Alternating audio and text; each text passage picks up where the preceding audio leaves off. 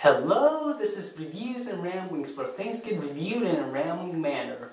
Today's movie is Old Dogs, brought to you from the guy who gave us Wild Hogs, which also stars John Travolta. And you can already guess where this movie is going. Oh, actually, to be fair, Wild Hogs actually had laughs in it. I mean, there was a lot of them.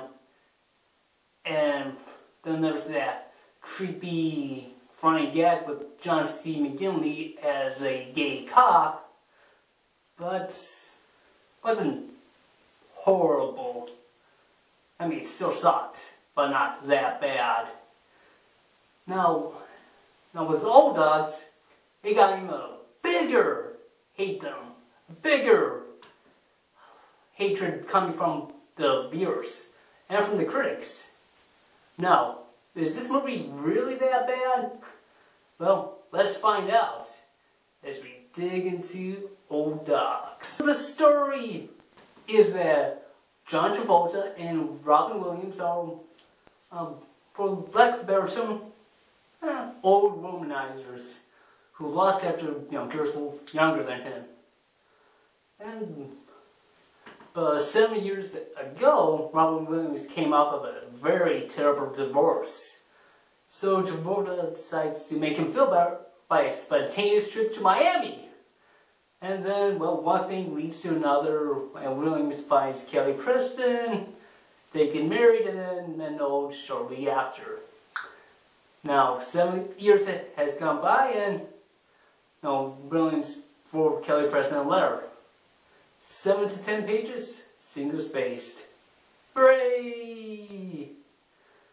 Which leads to Kelly Preston wanting to reconnect.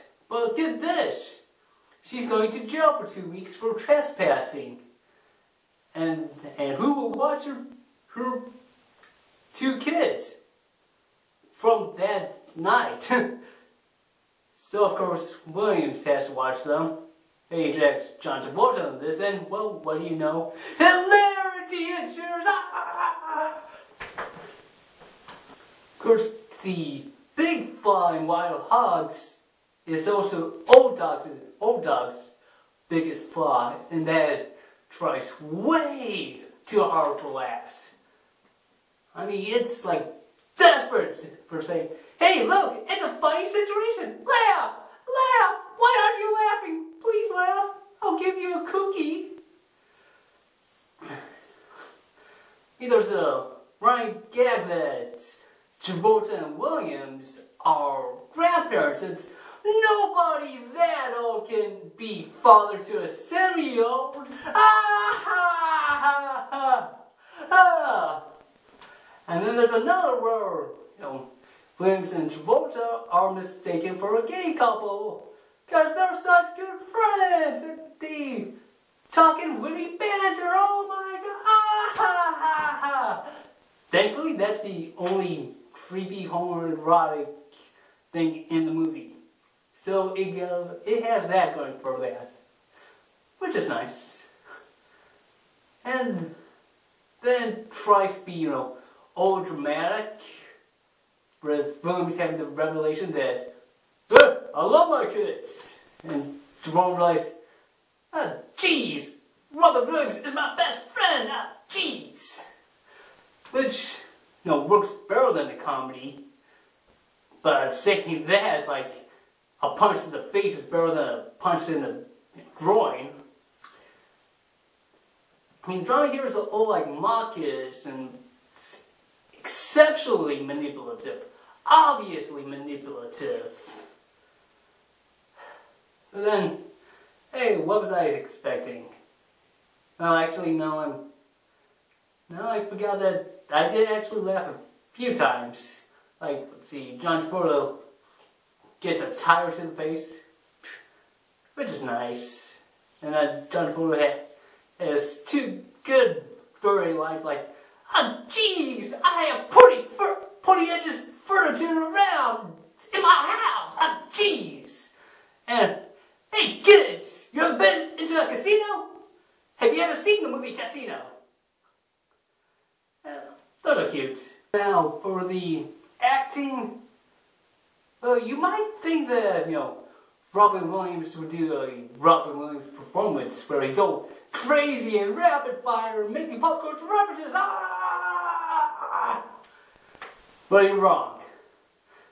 John Travolta does that kind of performance.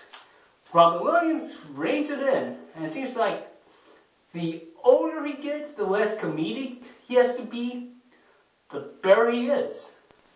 Not to say he's ain't good, he's just, not as bad. Travolta, I know he say he gives a cartoon performance, but it's like the exact same performance as Wild Hogs, which is, a very annoying one.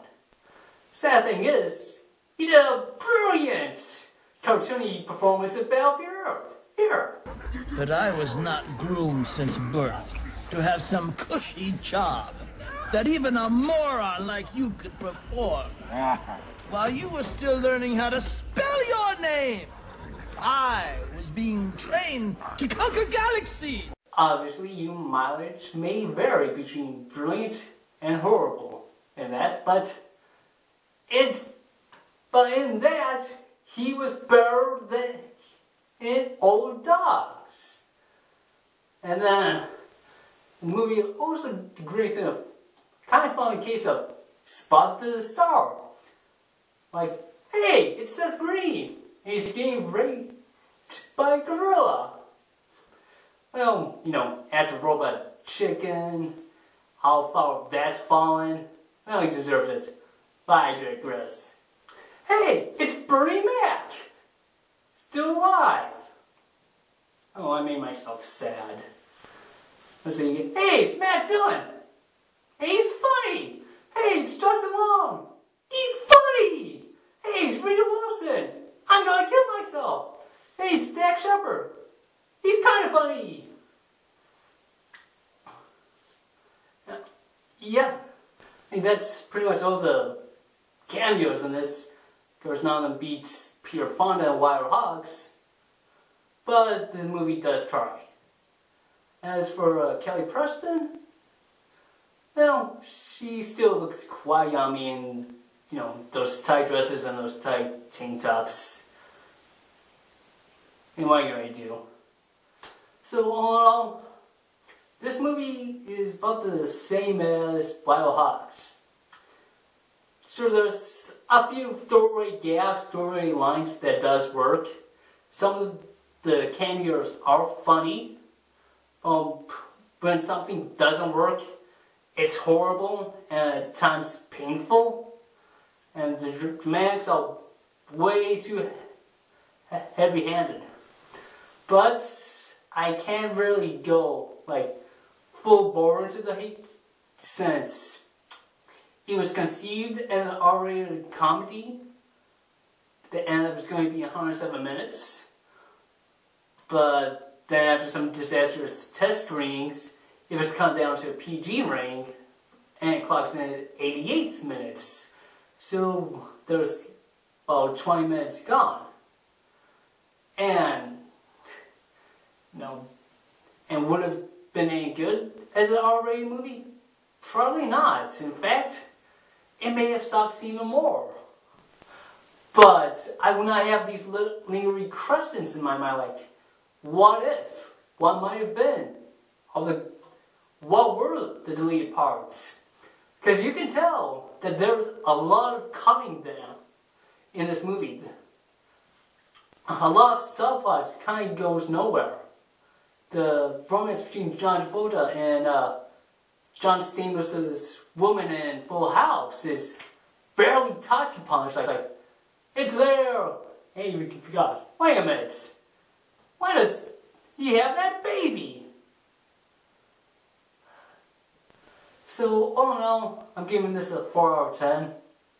There is some pity in that score. But, if you've seen Wild Hogs, you know exactly what to expect, like it or not.